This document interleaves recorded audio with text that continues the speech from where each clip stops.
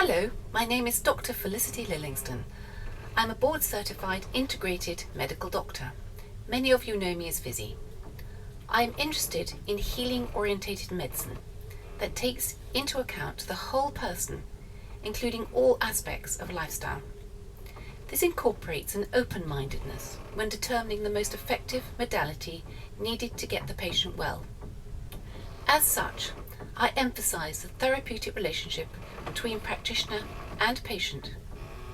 I am informed by researched evidence and make the use of all appropriate therapies.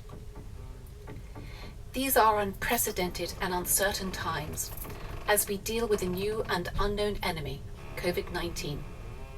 The data and mathematical models are only as good as the figures fed into them. We have to bow down to the advice our governments are giving us to prevent those at risk from contracting this unusual and new disease.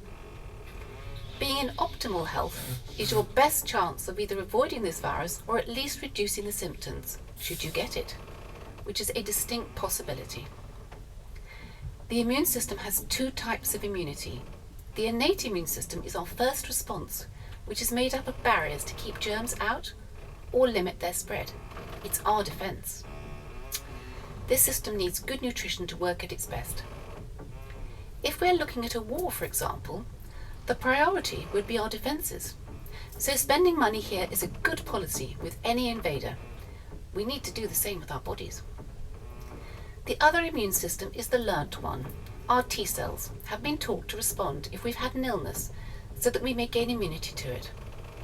As yet, we don't know how our bodies are reacting to this new virus and what immunity we will eventually have.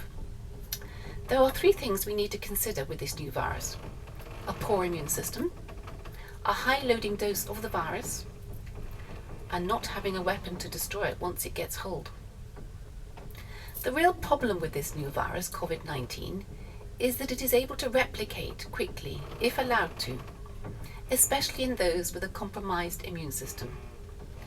These patients can then become very sick and find getting enough oxygen a real problem. This is called hypoxia. It's like being transported to the top of Mount Everest without acclimatization.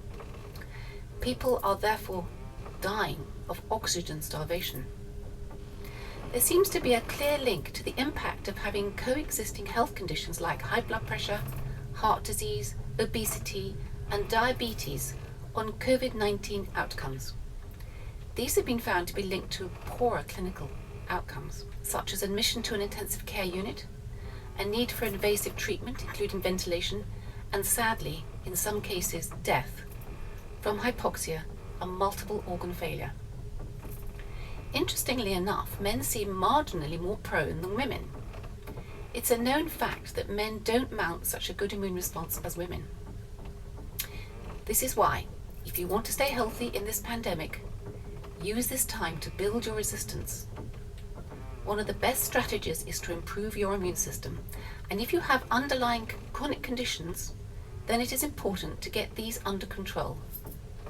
Even diabetes and high blood pressure can often be reversed by healthy diet and lifestyle, losing some weight and improving your immune system. If you are a smoker, now is the time to stop smoking. Smoking seriously increases your risk of COVID-19 complications. I'm just going to outline a few points which will help towards the best of health and to give you a fighting chance of a good outcome. Your diet. We are what we eat. Today's diets lack full all-round nutrient quality. This is due to our modern diet, farming methods, and time taken to get food from farm to table. You would have to eat 100 modern, much-travelled oranges, which are then low in vitamin C, to get a good immune-boosting dose. Modern over-farmed soil is also very deficient in minerals like selenium, especially in the UK, and these are needed by our bodies to sustain a good immune response. Sugar. Sugar causes inflammation and reduces your immune system's ability to fight infection. Please do try and limit any added sugar intake. Limit refined carbohydrates as well, which turn to sugar in the body.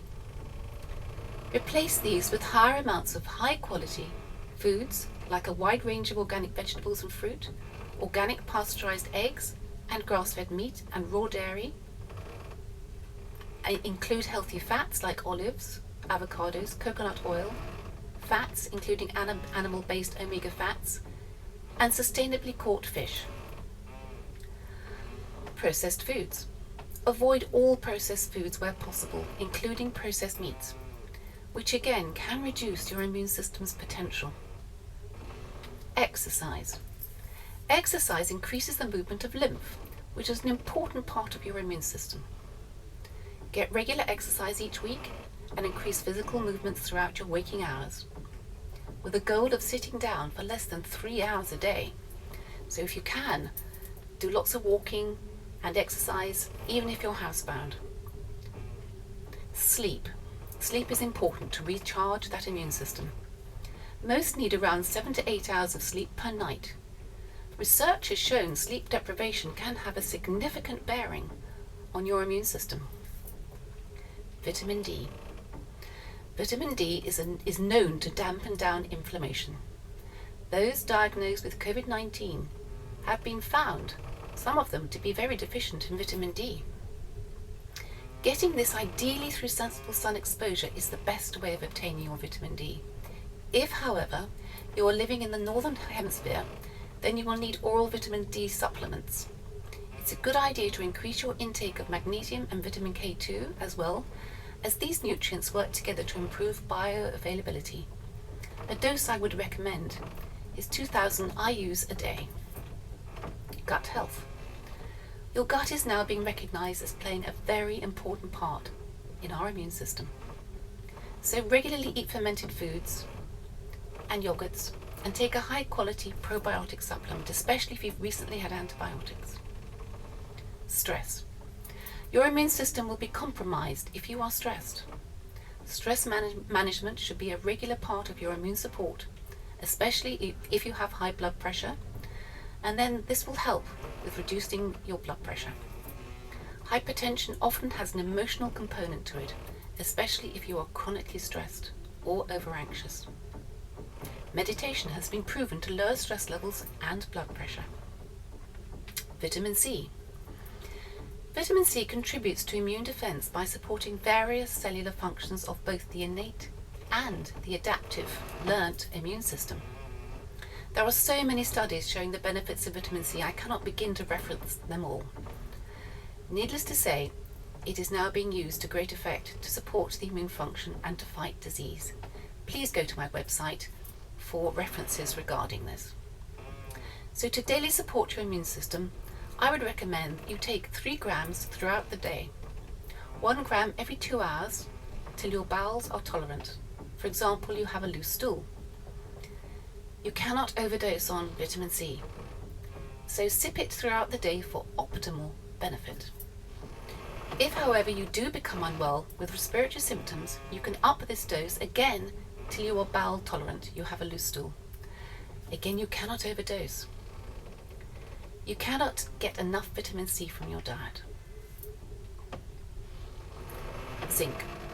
Science shows that zinc interacts with a process that is vital to fight against infection, and by doing so helps balance the immune response. Zinc is excellent, and if you can get zinc lozenges to suck, even better, as the zinc then coats the throat where the virus is known to hide. There is some good research on zinc and its ability to stop RNA replication of the virus in the cells, and this is great news. When the coronavirus infects your cells, it's going to dump into your cells a messenger RNA, and that's going to be translated using ribosomes. The first thing these ribosomes are going to do is translate that RNA molecule into a protein called RNA-dependent polymerase, or replicase. And it is this enzyme that is inhibited by high intracellular concentrations of zinc. The dose I would recommend is 20 milligrams per day. There are different types. Acetate or citrate are good ones. Magnesium. So magnesium is a mineral that a lot of people are deficient in. It supports your immune system and also has mental health attributes to promote calmness and good sleep. I would recommend 400 milligrams in the evening because it helps you sleep. Citrate, malate, chelate or chloride are the best ones. Selenium.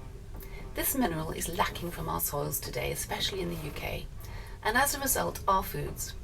It is another important mineral needed for a healthy immune system. Data is being released that those with COVID-19 have a deficiency of this mineral. You can also get it from Brazil nuts. So I would take 1000 mcg daily or eat 5 Brazil nuts daily, which are packed with selenium. Iodine. A disclaimer here.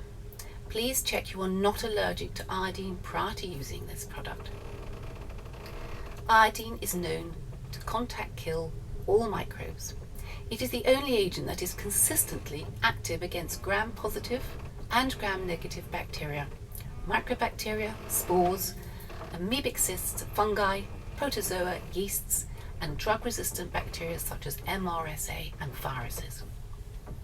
A team from the Institute of Virology and Infectious Diseases and Epidemiology carried out studies on low-dose iodine as a skin cleanser and surgical scrub and a mouthwash gargle against viruses, especially MERS virus.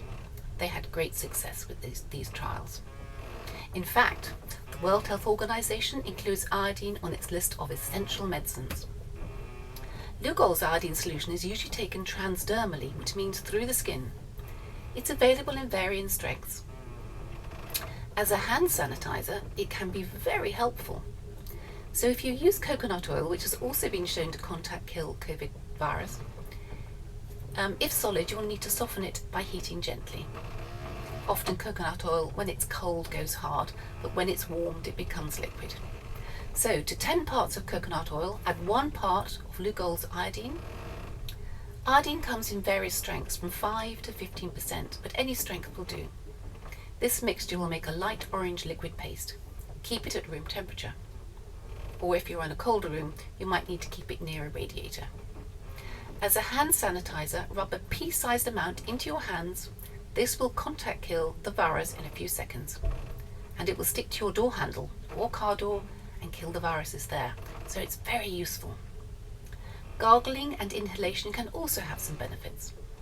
For inhalation and to help clean the respiratory system, this is also good for reducing the need for antibiotics when you have a respiratory illness. So to make a utensil to inhale, use a plastic bottle like a small yogurt pot or old plastic tablet or vitamin bottle.